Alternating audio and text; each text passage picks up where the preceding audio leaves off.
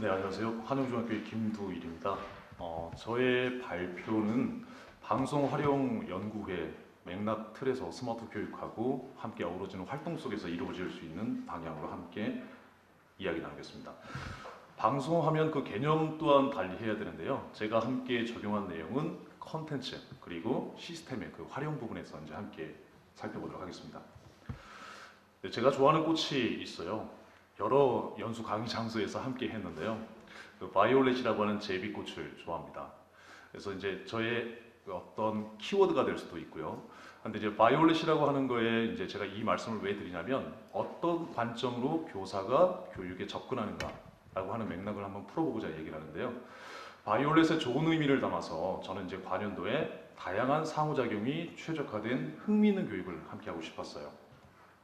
그래서 스마트 교육 이전에 앞선 이러닝, 앱러닝, 유러닝 환경에서 이제 활동을 좀 했습니다. 이렇게 이제 가장 중요한 건 먼저 교수 설계, 디자인이 중요하고요.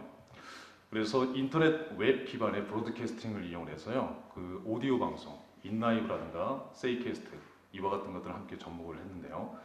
그리고 아프리카 TV라고 하는 경우는 중계 시스템이죠. 아프리카 TV를 이용을 해서 아이들과 함께 인터넷 웹 기반 브로드캐스팅을 함께 했고요. 실제적으로 기존 인프라를 이용을 했어요. 꿀맛닷컴의 사이버 가정학급을 보면 그 아이들과 소통의 틀을 기존의 웹 기반에서 그렇게 나누고요. 그 다음에 사이버 가정학급에서 주는 컨텐츠, 그 플래시 기반의 컨텐츠를 바탕으로 해서 아이들과 함께 소통을 하면서 스마트 교육 이전의 활동을 해왔습니다. 그리고 2010년도에 아마 스마트폰이 보급되면서 인터넷 웹에서 모바일 웹 환경으로 이제 달라지면서요. 제한된 공간의 인터넷 웹 환경이 아니라 언제 어디서나 함께 할 수 있는 그런 그 모바일 환경에서 아이들과 함께 했습니다. 이러한 빈번한 상호작용을 함께 하는데 제가 이렇게 눈물 표시를 한 이유는요. 저의 교육의 키워드는 인터액션이에요. 상호작용. 상호작용이 최적화된 어떠한 도구와 환경을 접하는 게 저의 키워드였는데 빈번함은 있었지만 진정한 소통은 없었던 것 같아요. 재미는 있었고 흥미는 있었지만 자기주도 학습까지 발전을 못했고요. 활동만 있었던 것 같다라고 하는 반성을 하게 됐습니다. 그래서 저는 교수학습 방법이라든가 환경 그리고 학습자의 특성에 대해서 다시 한번 철저하게 반성하고 그 접근해야 될 필요성을 느끼게 됐어요. 그 와중에 스마트 교육을 만나게 됩니다. 그러면서 달라진 단어가 하나 있어요. 익사이팅 대신에 이모션으로 달라지기 시작했는데요. 다양한 상호작용이 최적화된 살감 교육, 감성적인 교육을 함께하고 싶었습니다. 그래서 저에게 필요했던 거는 기존의 인터넷 웹 기반의 블로그가 아니라 이게 흔히 쓰여지는 폐쇄형의 학습 요소를 방해하지 않는 폐쇄형의 SNS인 소셜미디어가 필요했습니다. 그래서 우연찮게 클래스팅, 앞선 발표에서도 많이 나왔지만요. 클래스팅을 바탕으로 해서 아이들과 함께 소통을 하게 되었고요. 그 다음에 이러한 소통의 틀, 환경이 구성되고 난 뒤에 어떤 협력적인, 최종 창의적인 산출물을 만들기 전까지는 협력의 도구가 필요했습니다. 그래서 구글 문서 도구를 이용해서 아이들과 함께 다양한 활동 속에서 도구로서 함께 했고요. 외부의 자원들을 이용해서 링크라든가 다른 것들을 이용해서 함께 기존의 어플리케이션도 활용하면서 함께 수업을 진행을 했습니다. 방송 도구와 컨텐츠를 활용해서 스마트 교육의 맥락 속에서 함께 풀어갈 수 있는 방향이 크게 세 가지 경우가 있는 것 같은데요. 저의 사례 같은 경우는 스마트 학급 경영에서 그리고 창의적 재량 활동 그리고 제가 이제 아이들과 과학을 가지고 함께 생활하고 있거든요. 그래서 과학교과 부분에서 함께 생활하게 됐습니다. 먼저 학급을 어떻게 운영할 것인지에 대한 그 기준을 잡고요. 스마트 교육이라든가 다른 이러한 그 온라인의 활동이 빈번하게 상호작용이 이루어지는 것 속에서는 앞선 제가 반성을 하게 된 이유는 뭐냐면 오프라인 공간에서의 학생과 학생, 학생과 교사의 라포와 공감대가 형성되지 않으면 이러한 온라인 활동들은 철저하게 실패를 하게 된 그런 경험들을 많이 해봤습니다. 그래서 먼저 오프라인 속에서의 공감대를 유지하고 온라인 활동 속을 연계해서 블렌디드 형식으로 함께 가야 될 것 같습니다. 그래서 오프라인 속에서의 활동들을 온라인 이상으로 더 강조를 해서 협업을 이끌어갔고요. 그 다음에 학급에서 빌어지는 일, 때로는 과학 교과를 가지고 함께 매주 토요일 9시 반부터 밤 10시 반까지 아프리카 TV를 이용을 해서 함께 아이들과 상호작용을 하게 됐습니다. 잠깐 한번 보여드리겠습니다.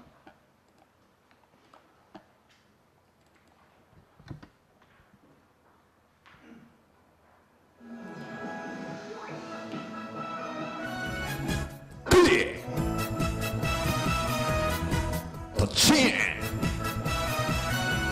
돌쌤과 함께하는 스마트 방송. 그리고 이제 라이브로 함께 하고요. 이 방송이 끝나면 VOD나 AOD로 이제 출시가 되잖아요. 그러면 아마 팟캐스팅 형식으로 아마 진행이 될 것 같습니다. 좋습니다. 맥락만 제가 여러분들과 함께하는 내용들.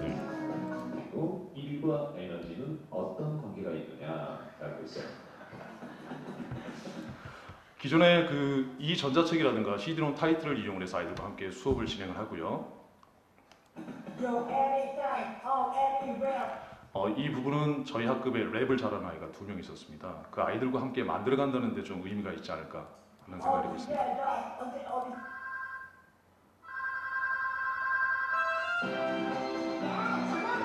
전화가 왔어요. 누굴까요? 여보세요?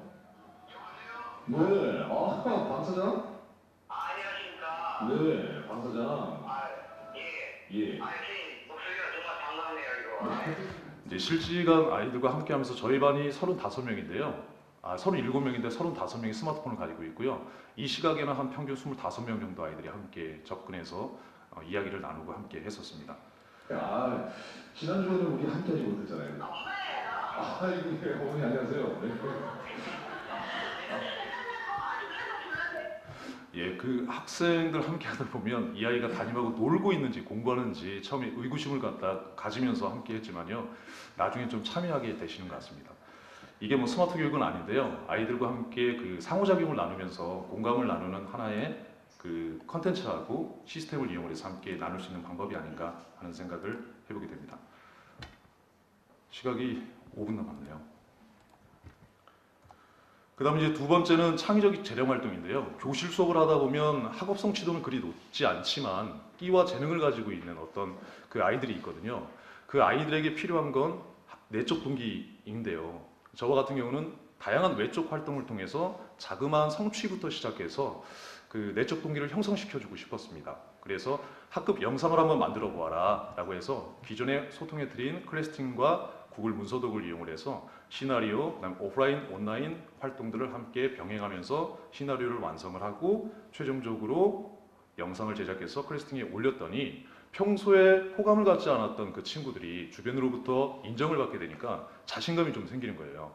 그래서 제가 작년까지 생활지도부 4학기 담당을 하고 있었거든요.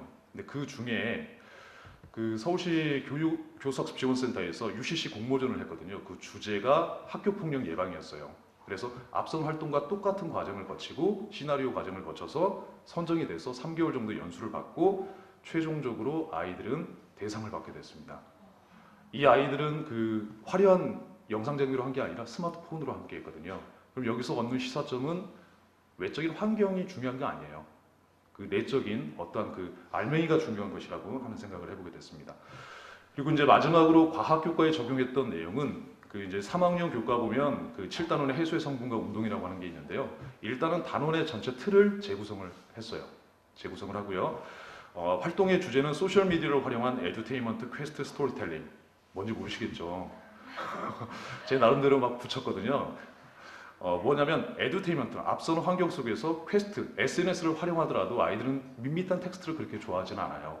어떻게 교사가 스캐폴딩 해주고 조력을 해주고 아이들과 함께 하는 것인가, 그 부분을 재미있게 함께 나눠봤습니다. 그래서 먼저 F데스크라고 하는 디지털교과서, 전자책을 만드는 툴을 이용을 해서 활동을 위한 이 전자책을 만들었어요. 만들어서 아이들과 함께 하고 프로젝트 학습, 약 한 3주 정도의 프로젝트 학습을 5차, 5가지의 미션을 수행하면서 함께 했는데요. 방송 콘텐츠와 시스템을 이용한 그 차시는 4번째 미션에 해당됩니다. 그리고 소통의 틀은 기존의 클래스팅도 있지만 카카오 아지트가 가지는 그러한 특징도 있어서 5개 반을 들어가는 반 중에 2개 반은 카카오 아지트, 나머지 3개 반은 클래스팅 해서 시사점도 한번 살펴보게 됐습니다. 그래서 약간의 스토리텔링, 도입 부분의 스토리텔링을 가져와서요. 프롤로그, 어떤 흥미를 끌기 위한 사전 활동의 프롤로그 활동, 그리고 미션 4번째 중에는 우리 주변에는 이미 방송 콘텐츠들이 되게 많아요. 그 중에 첫 번째가 EBS, EDRB, 클립을 이용을 해서 함께 할 수 있는 것. 그리고 이 과정에서 토의 토론을 이끌어냈고요. 그 다음에 전문가 활동 속에서 저 말고 전문가의 조언이라든가 전문가의 그 객관적인 그런 지식들을 전달하기 위해서 테드라든가 그리고 제가 말씀드리는 맥락은 기존의 방송이 대체 뭐냐? 컨텐츠로서 수업을 접근할 수 있는 방법 한 가지 그렇게 말씀드리겠습니다. 그리고 나중에 아이들은 이제 SNS를 통해서 함께 나누겠죠. 그리고 아이들은 또 프로슈머의 개념이 있는 것 같아요. 지식을 소비하지만 또 다른 것을 생산하는 그런 맥락을 갖고 있어서요.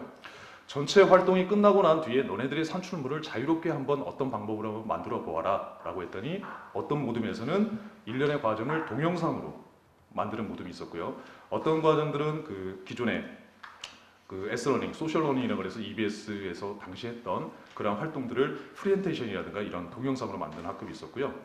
그 다음에 아프리카 TV라든가 이런 방송을 제가 주로 활동을 하면서 아이들에게 접근을 시켰더니 아이들도 제가 방송이 끝나면 이어서 방송을 또 하더라고요. 이어서 방송을 하면서 자기 모둠끼리 함께 그런 활동들을 연계하면서 산출물을 냈습니다. 그래서 제가 마지막으로 말씀드리는 부분은 방송은 컨텐츠로서도 함께 할 수 있고요. 그 중에 오픈된 컨텐츠들을 이용을 해서 함께 하셨으면 좋겠고요. 앞서 제가 너절분하게 좀 나열식으로 설명을 드렸지만 지금 환경에서 이 모든 것을 아우르는 최적의 적정한 도구가 저는 구글 행아웃하고 온에어라고 생각을 합니다. 그래서 많은 비용의 방송 시스템 필요 없이 간단하게 이 저작 그 활동 도구 툴을 이용해서 함께하면 될 것 같습니다. 방송 활용 수업 적용 시의 유의점은요. 단순히 이러한 상호작용이 극대화된 도구에만 치중하지 않는 것, 그리고 역량교육과 성취교육 이 두 개의 밸런스를 맞춰주는 것, 그리고 무엇보다 중요한 건 너무나 정보통신의 강점만 얘기하는 것 같아요. 역기능에 대한 예방교육도 함께 평형을 이루면서 균형을 이루면서 함께 그 맥락 속에 녹여야 될 것 같습니다. 그리고 무엇보다 중요한 건 나에게 주어진 스마트 교실, 환경 이것을 탓하는 게 아니라 지금 우리 학교의 환경에서 스마트 교육이 전하는 가치가 무엇인가 그 가치를 녹일 수 있는 방법이 가장 중요한 것 같습니다. 그래서 현실성 있는 스마트 교육을 권장해드리고 싶습니다. 여기까지 저희 발표 마치겠습니다.